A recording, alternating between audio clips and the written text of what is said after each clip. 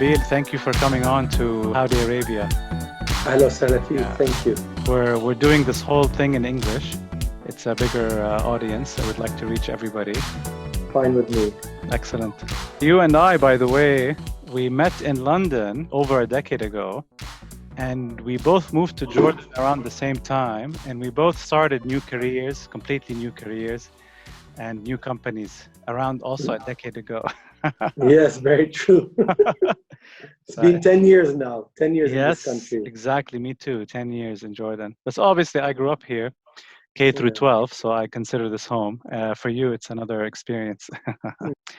For those of you guys watching or listening who don't know, Nabil and I are both in Amman right now, and we're both in lockdown. And the last 48 hours are actually considered the strictest lockdown on the planet.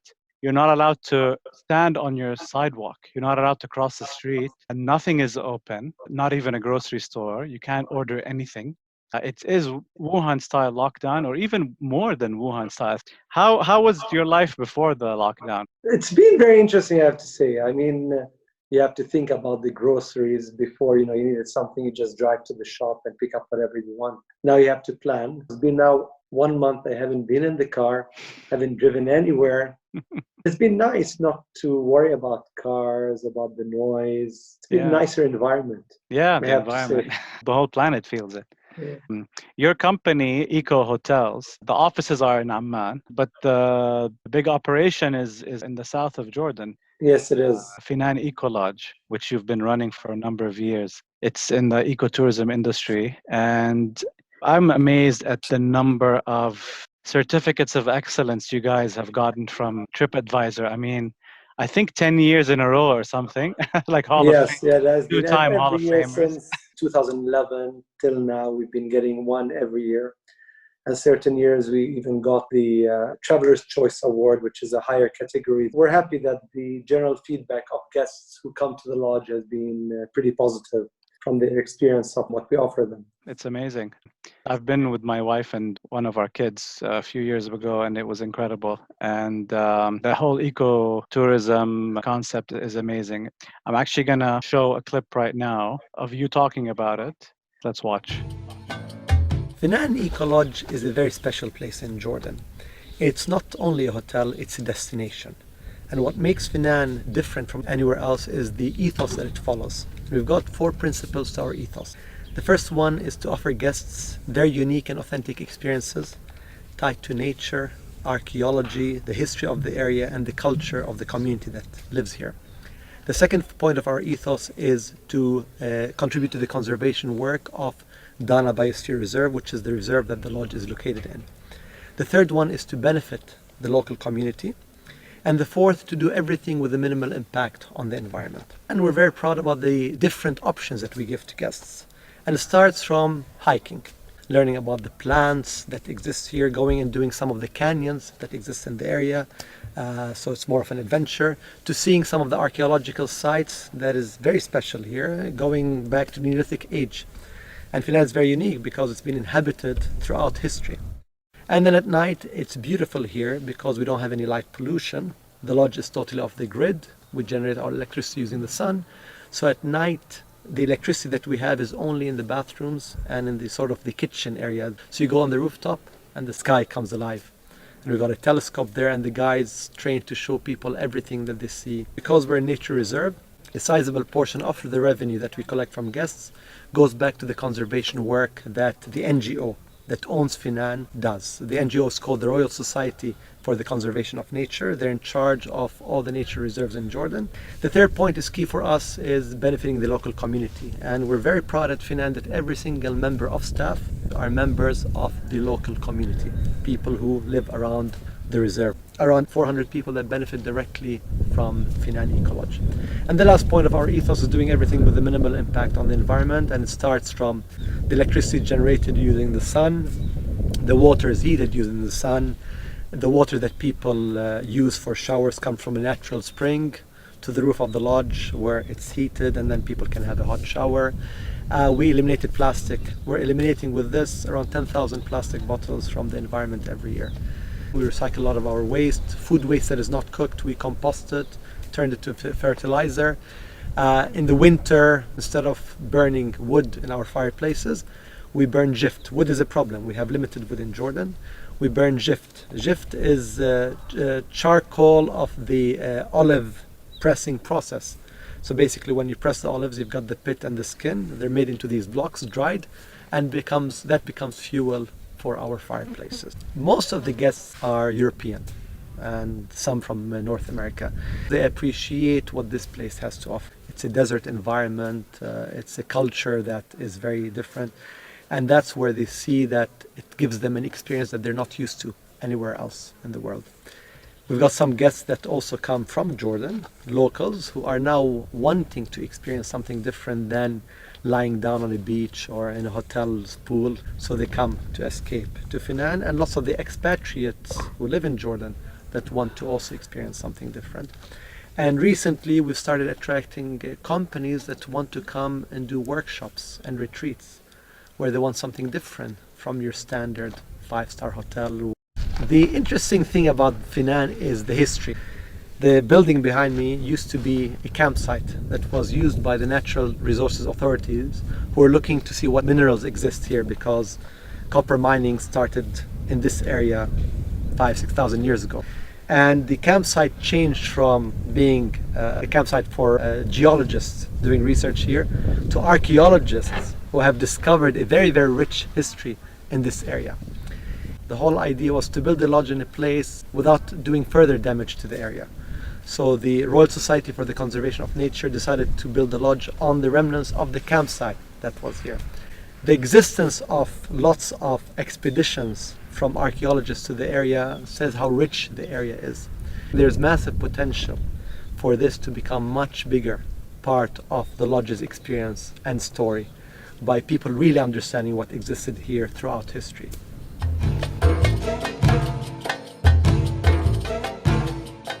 The ethos that you mentioned, the unique, authentic guest experience, contribution to the conservation efforts, local community benefit, and minimal environmental impact. And in recent years, actually, we added a fifth pillar to our ethos, which is interpretation education for our guests to really understand their impact, to think of what they experience at Feynan, and next time that they decide to travel, to try to contribute to the places where they're going.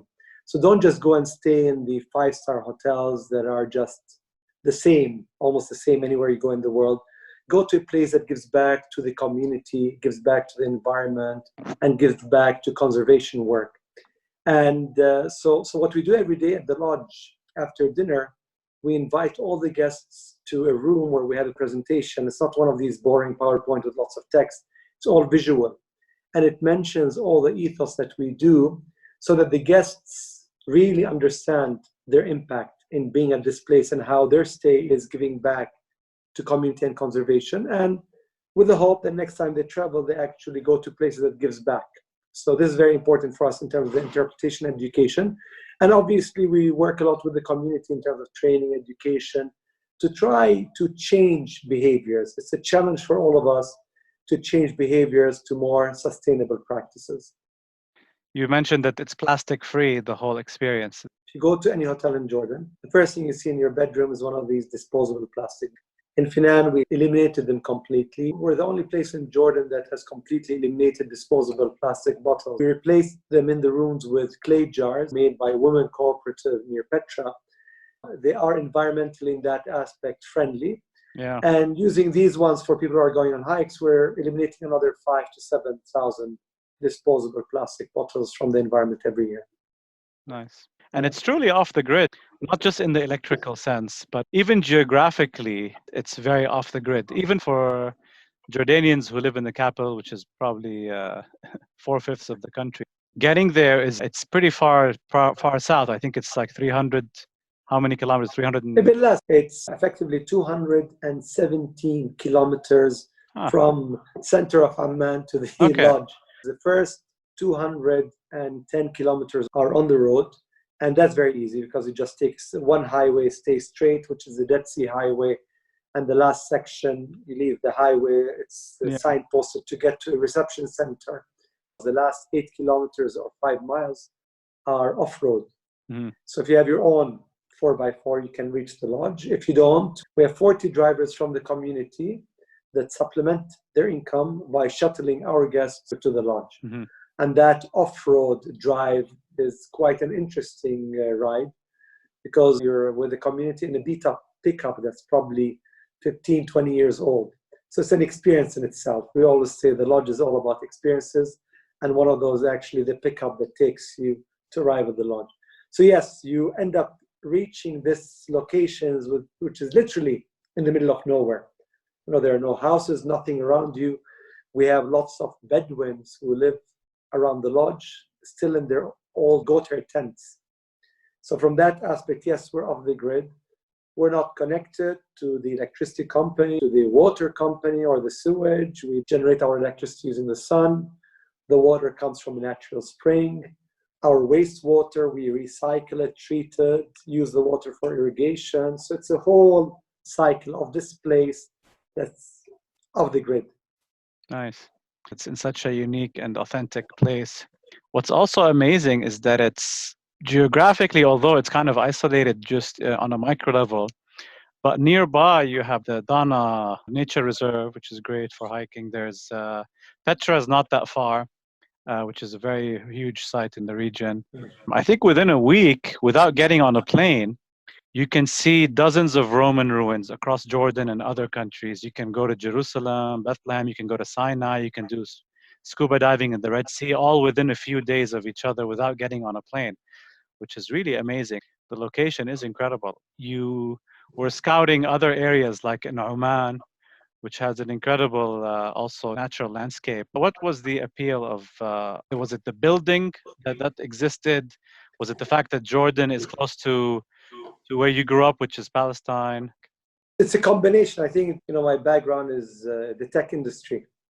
I worked most of my life in the technology sector. I'm an electrical engineer by education, but spent most of my life in the business side, and left my job in late 2006 and spent 2007 backpacking. And this backpacking took me to Australia and Southeast Asia. And it was really a life-changing experience, because in this trip, the whole concept of travel for me changed. In the past, when you're working in the tech industry, most of your travel is to the capitals of major European cities. You stay in five-star hotels, but you find when you step back and you think about it, is you don't really know these countries and you don't know the people, because through your travels, all that you do is you're in business meetings, you meet the people that you're in business. You have maybe business dinners that talk about business. You might go afterwards. Sometimes you're having dinner on your own. And in these hotels, they're so cold. You don't end up meeting anybody in this trip aside from the people that you're working with. Or obviously, if you go out for a drink and try to pick up somebody one evening. But in general, the experiences really could be anywhere. So when I went on my trip, you're going to places and meeting the locals. When I'm in Southeast Asia, I'm staying in guest houses, in small guest houses, not hotels. And you find that you have lots of interaction with people. The experiences that you get are very authentic. You're doing things, learning about the culture of these people. You go and learn how the whole tea process is done, how bamboo is used in every single thing that they do in Southeast Asia. So it's a very interesting experience that every day was a different experience, and it's enriching, and you learn about the culture, and you stop worrying about personal possessions in that trip. You have a backpack, you have your shorts, 2-3 shorts, you have 5-6 t-shirts. You're just living the experience that you have in every place that you go. I lived on a tree house, did whitewater rafting, jumped from a plane, stayed with communities in a house, sleeping on the floor in the middle of a hike in Myanmar. Everything is really authentic and unique. So when I finished my travel, this is where the shift actually happened for me. The thing was, do I really want to go back and work in the tech sector, or do something that is more meaningful, more enriching? And during my travels, I stayed in conservation projects. So I decided at one point, let me move to the Middle East. I was living in London at the time. And I thought, I'll move to the Middle East to try to find a place to start an ecotourism business, to build an eco lodge. And at that time, I didn't know anything about the industry because I discovered later on that I was an eco traveler, but I would not know what ecotourism is. It was mainly me experiencing it as a traveler. So I came to the Middle East and started searching for a place to start an eco lodge. And that's when I traveled a lot in Oman. And Oman is a beautiful country, has lots of potential. And I also came to Jordan. The reason I decided to start my business in Jordan was threefold. One of them is it was more advanced in terms of ecotourism than anywhere else. Jordan is unique. There's an NGO in the country called the Royal Society for the Conservation of Nature, RSCN, that was mandated by the Jordanian government to create and run all the nature reserves in the country. And that NGO had started developing ecotourism projects in Jordan. So for me, it was easy to come to a place that was already established. And then obviously the link to Palestine, which is next door to where I grew up and where my mother and brother live. And also it was easier in Jordan, for me as a Palestinian, it's easy for you to get through the system as opposed to Oman, where you're completely a foreigner. So I came to Jordan with the idea of building a new eco lodge. And then eventually we took over the management and operation of this lodge, Feynan Ecolodge, which is owned by the NGO, the Royal Society for the Conservation of Nature. And that partnership allowed the NGO to concentrate on conservation and we, the private sector, to develop the ecotourism experience. Wow. And you've laid pretty deep roots in Jordan now in the last decade. You have a family, long track record. You have been looking at other projects over the last year to manage more ecotourism projects in Jordan. Yes, I mean, the whole concept for me when I moved to Jordan is not to be just a hotel operator or a single property. The whole idea was to develop a number of these locations. And when we took over Feynan, it was a lodge that the same staff that I have today, but was run as a hotel. If you hadn't planned beforehand and booked a guide, one of the two guides way ahead of time, etc., you would arrive there and this nice hotel, candlelit, off the grid. But if you did not plan ahead of time, you would not know what to do. You'd arrive there. And I remember the first time I went there, we arrived in the evening and we asked, what can we do? And the guy asked us, did you book a guide? And we said, no. And he said, maybe you just want to go and walk outside, which we did. We enjoyed the night, candlelit, romantic, the whole works. But the next morning, there was nothing to do. So by 8 o'clock, we were on our way to Petra. So when I took over the lodge, the whole concept was to change it from a hotel to a destination that offers numerous, unique, and authentic experiences ingrained in nature, adventure, culture, history, astronomy, food, the whole works. So we set out to create all these experiences where when the guest arrives at the lodge, they don't need to book anything. We have a schedule that they can just join. You want to go on a hike, you do the hike. You want to do the cooking class, you do the cooking class. There's a sunset hike every day. At night, you do stargazing with the guides who are trained to show you everything in the sky with a super duper telescope, and so on and so forth. So it all is about that experience. So as we developed this place and we then did all the environmental practices and all the works, improved on all the aspects, was to take the ethos that we did in Feynan and replicate elsewhere. Unfortunately for us, we started peaking at certain, things were going well, then the Arab Spring happened, so tourism took a hit in Jordan. And then we started recovering in 2014, and then Daesh, ISIS shows up. So another plunge. So it wasn't until 2018 and 19 that things started going up and other people started looking at what do you want to do. So we've been consulting for a couple of projects in Jordan that want to develop ecotourism projects. One of them was in Petra that is now on hold. And the other one is in the north of Jordan in an area called El Himme or Lemkhebe, which is a hot spring very close to an icon archaeological site in Jordan called Qais, which overlooks Lake of Tiberias in Palestine. And it's a beautiful location because natural springs. And we're working with the private sector in Jordan who's developing this, and they hired us as a consultant with the idea that once done, we would be operating that place. After 10 years, we're finally seeing the vision of taking what we've done in Feynan, the ethos that we've developed there, and replicate it elsewhere in Jordan. And obviously, we're open for other places in the region because what we've done is transferable. Is it a prerequisite in the model that you've developed that the location be somewhere that is really outside of an urban area, or can it work having an eco lodge very similar to the experience in Feynan inside Amman city limits, for example? Yeah. I mean, in general, the Ecolodge has to have a number of principles. Contributing to conservation work is one of them. So if you're in the city, it's very hard to be contributing to conservation work. Second is a minimal environmental impact. Yes, it's possible to do that in the city. Then community benefit. Possible to do it in Amman, but in general, you're looking for places there are impoverished people that need that benefit. But what's key also, it has to be a natural area for an eco-lodge. In the middle of a city, it's not really a natural area.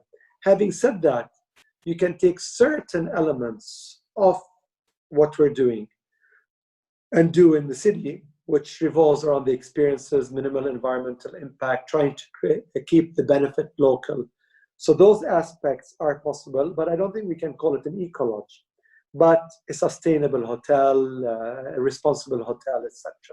So we are also now, in discussion with in Amman, an existing hotel that we might end up taking over the management and operation to start creating experiences around an urban setting. So both of us, when we got to Jordan a decade ago, started new things. Your business is obviously linked to the tourism sector in the biggest way possible. For myself, my company, one of the things we operate is a gift shop in a very popular touristy street in Amman. So tourism accounts for about a third of our company's sales, or maybe a bit more. 2019 was a great year compared to the last decade. Being in Amman, you benefit from all kinds of tourists because they have to go through Amman usually. Ryanair flights were a huge contributor to my side of the business, which is the gift retail segment. And now we're obviously both sitting looking into the abyss at the market since the coronavirus hit. An understatement. Yes, I mean, your sector is in a mind-boggling quagmire.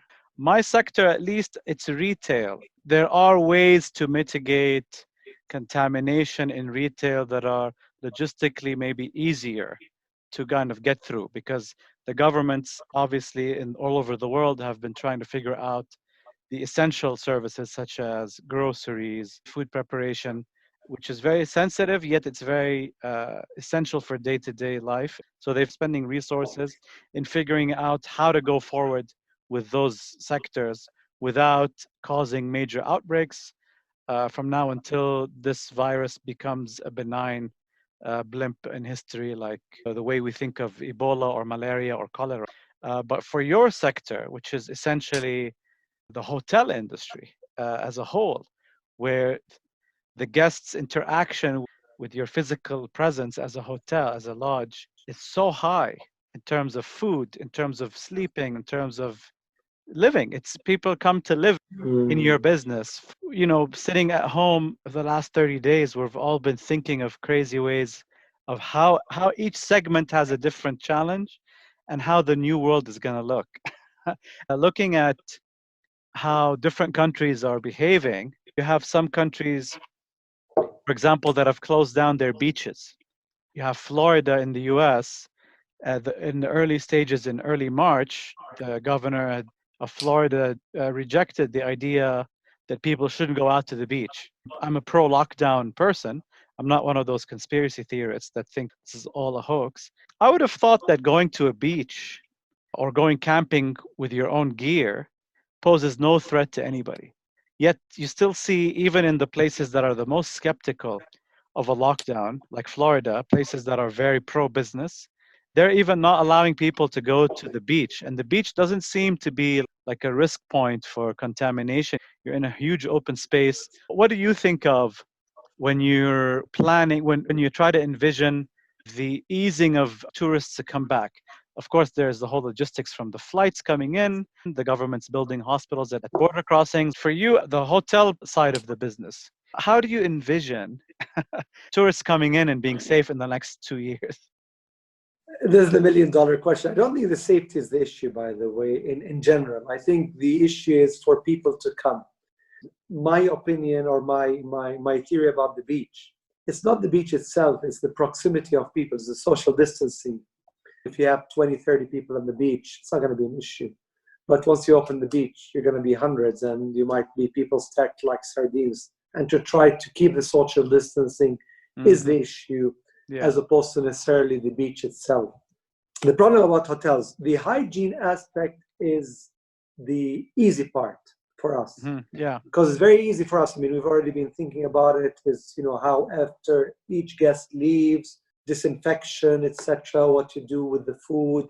These are things that are easy in general to accomplish.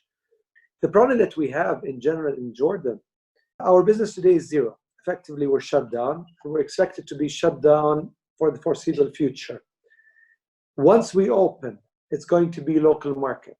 Theoretically speaking, 6 weeks from now, the virus might be contained, but it cannot be contained forever because at one point you want to open the borders. And that is the problem. Once you open the border, is the virus likely to come back? The question is, what is the plan of the Jordanian government? Are they going to allow tourists to come back? And if they're going to allow them, are they going to insist that they have done a COVID-19 test? Are they going to put them in quarantine for 17 days? And if they do that, tourism is not going to come back. So there are many questions. And as I've been on many conference calls of industry, it's an issue everywhere. People don't know when the countries are going to open.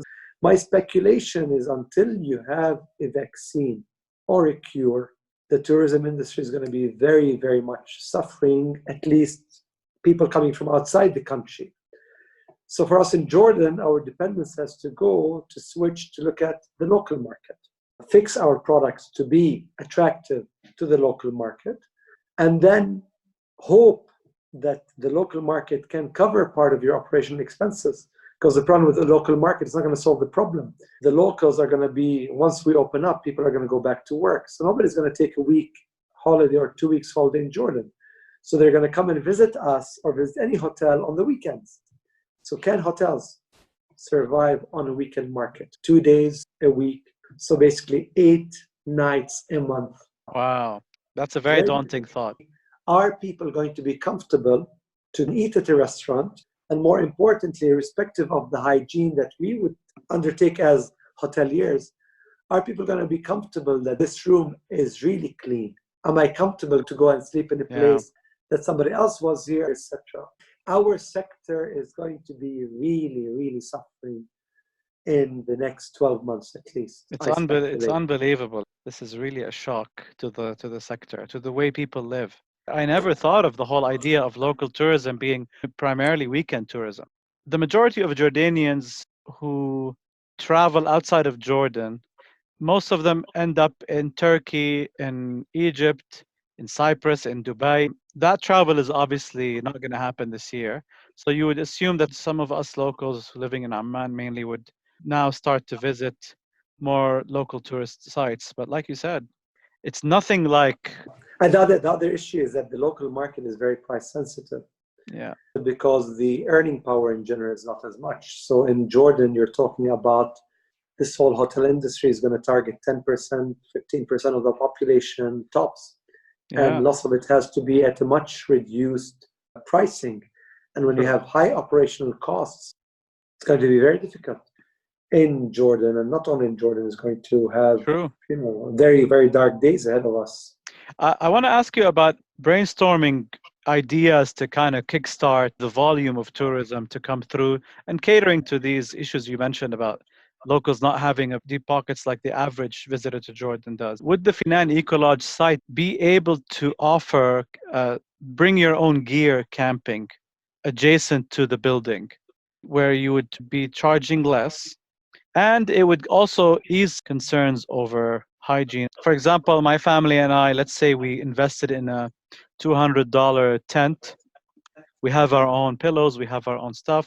We'd like the local experience. Maybe that would be something that solves the issue of pricing. I mean, there's two things. First, for us, we would not do it because the lodge is the whole experience that we have. It's not only Mhm. about the bed, and our cost is not necessarily the bed. It's the whole experience that we offer. From our package usually is all inclusive. We give food, 3 meals, Mhm. all the activities that you do, the accommodation.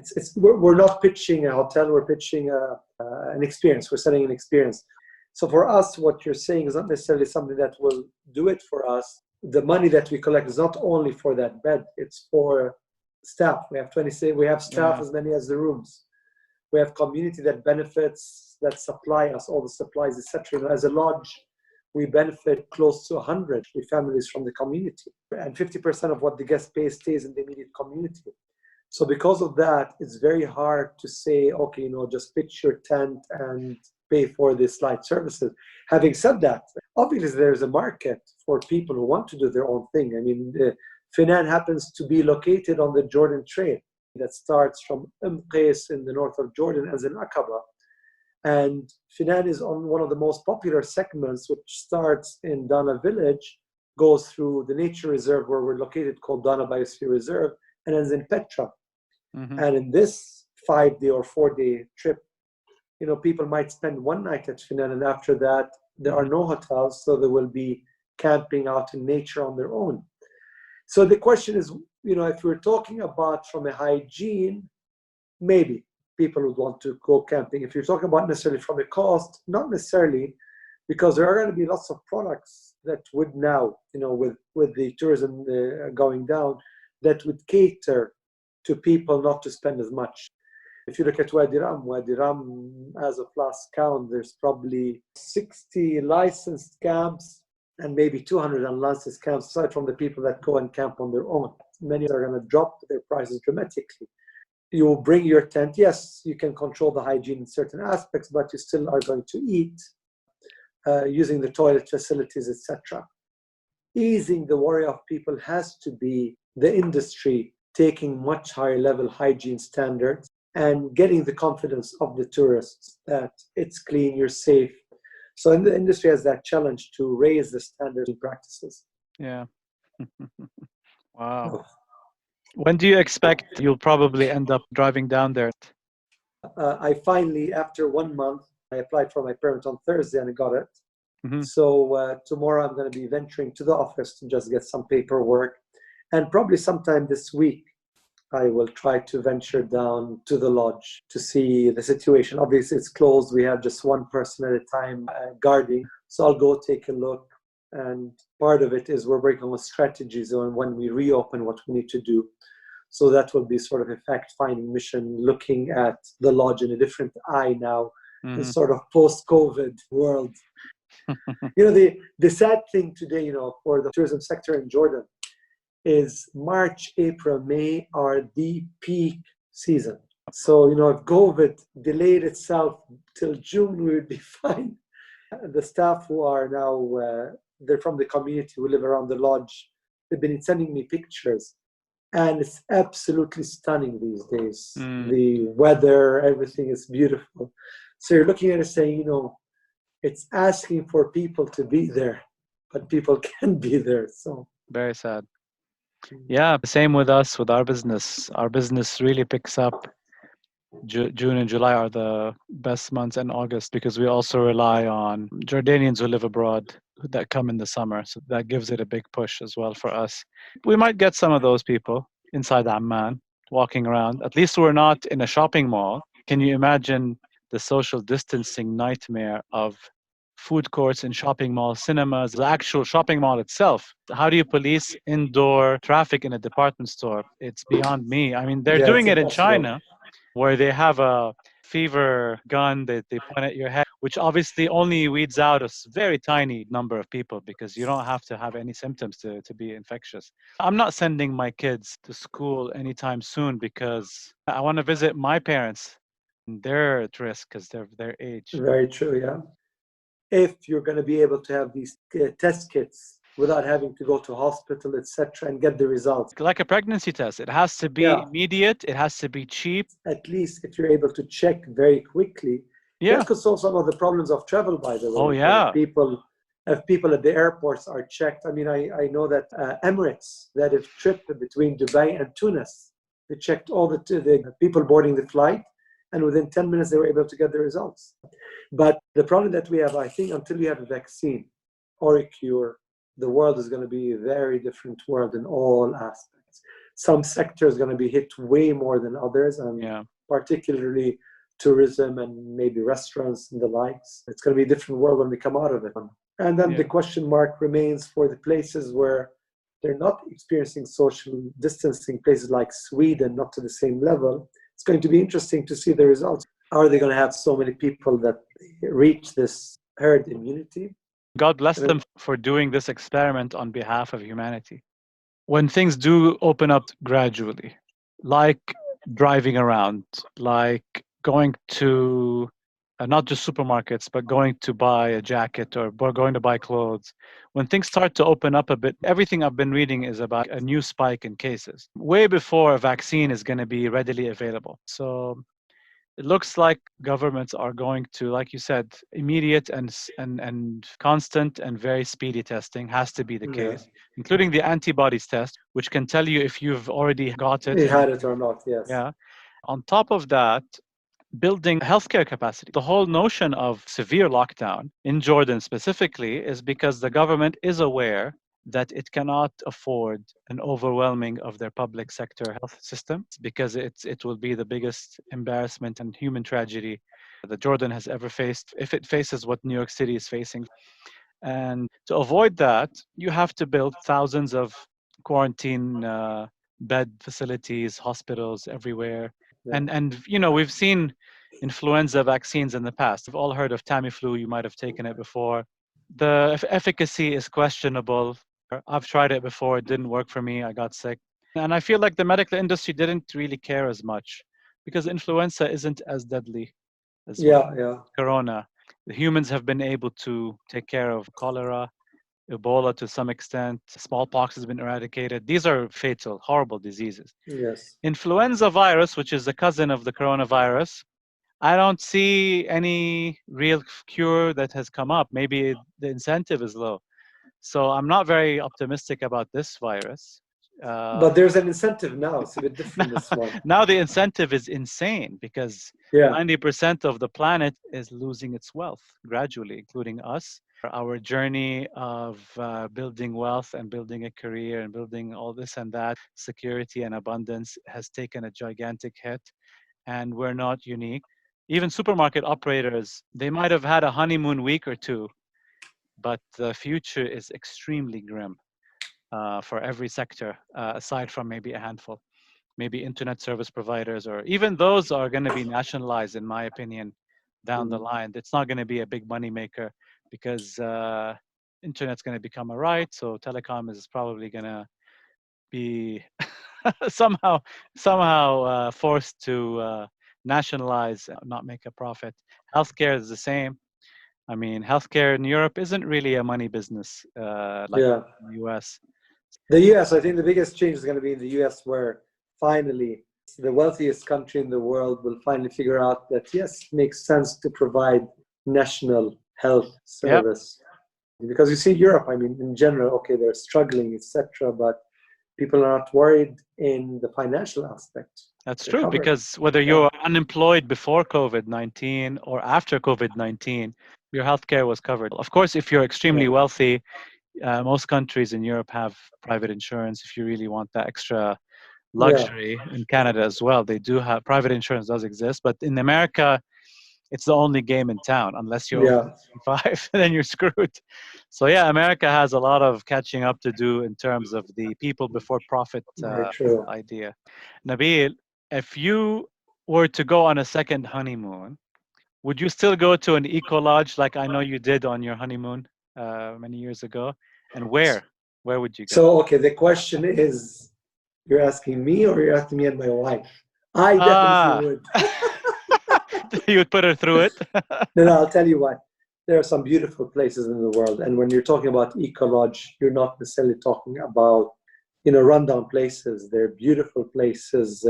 On our honeymoon, we went to a place in Costa Rica called Pacuare Ecolodge, and it's probably the favorite place that I've been to in my life. You Wow. arrive to it on a whitewater raft. The place is off the grid, but you've got this beautiful room with your own private pool. The pool is just rain from, you're in the rainforest, so the rain is coming, natural water coming continuously to your small private pool.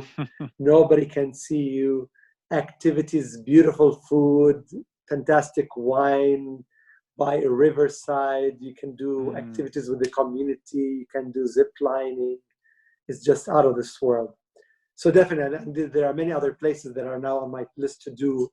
So yes, I would definitely go to an eco lodge on a second honeymoon, not even on a honeymoon, on the next trip, I mean, yeah, if I can afford amazing. it. The problem, some of these eco lodges are expensive. So yes, Yeah, takes once time. the world opens up, the world has to open. Um, I envy someone I know who was actually stuck in this lockdown. When the lockdown hit about exactly a month ago, she was stuck in her apartment in Talabay, Aqaba. That's where she Not happened to bad. be Not bad. with a friend of hers. And they've been reporting the best time of their life. They're both unmarried without children. Um, and they're not really tied to a business and employees and headaches to worry about and nightmare scenarios. So to them, this was the best retreat in their lives. Right by the beach. Little grocery store, fully stocked, beach, boats, windsurfing, even snorkeling, as long as there's social distancing. Yeah. It's not a bad place to be. But I Yeah. have to say, I'm not disappointed because you spend a lot of time with the family. And provided you love your wife and your children, that is not a problem. And I discovered that, yes, I do. I have one son, Faris, and spend a lot of time with him. We play football on the balcony, we go for a walk. Now, throughout the day, I'll be working on my desk and he'll come up and we play a bit. He watches things next to me. More connection. So it's not too bad from that aspect. More family bonding. Absolutely, yeah, more connection. I have a 7 and a 9-year-old that are being homeschooled by mostly my wife, and that's been a painful experience for her. It's such a different life to have when you have to Yeah. homeschool 2 kids. And we have a 3-year-old that's just disrupting any semblance of a schedule. So it's been rough, but like you said, it's a blessing to have them, there all the time. It is a blessing. Well, Nabil, I hope we'll do this again as soon as we decipher our futures in business. This is pretty much what our minds have been stressing about. Every week there's new directives and I have to repivot. I've been repivoting and repivoting to the point where yesterday I decided to not make decisions. Every week it's a different story, and all the decisions I've made in the last 30 days mostly have been useless and kind of like outdated. But I think now we have the final verdict of trying to figure out the last regulation that came out on Thursday. I'm still digesting it, and I spoke to Chamber of Commerce reps who represent my sector, the clothing and the retail sector, and I begged them for some clarity. I told them, Nobody knows yet. I Nobody told knows them, yet. listen, I'm online and I see companies that compete with me that are delivering. Is this legal? They're like, no, it's not legal. Don't worry, don't stress. They're not doing it legally. There's no way our sector is open. It's not open. You can't even apply for a permit in my sector, by the way. But one thing, just talking about this COVID and where we are now, do you know that the last meal that we had before lockdown was our dinner together? That is true. Remember, we went to dinner and we were, distancing from the other people and thinking Yeah. about other people 3 days before the lockdown. It was 3 days before the 2 3 days. lockdown at one of the hotels nearby, Yeah. a fancy restaurant. Yeah, shit was hitting the fan already. So Big time. imagine 1 month later, what a different world it is. Just in 1 month, Unbelievable, it is. man. Well, Nabil, thanks for coming on the show. Pleasure, pleasure, and all the best with your new show. Thank you. Yes, one of the benefits of being locked in, you can start doing your little small dreams can come true. Yes. And Nabil, I'm really hoping to visit the Eco Lodge in a few months' time. We're itching to go. أهلا وسهلا. أهلا وسهلا. Always welcome. Good luck, my Very friend. good. Okay. Nice Good talking to you. night.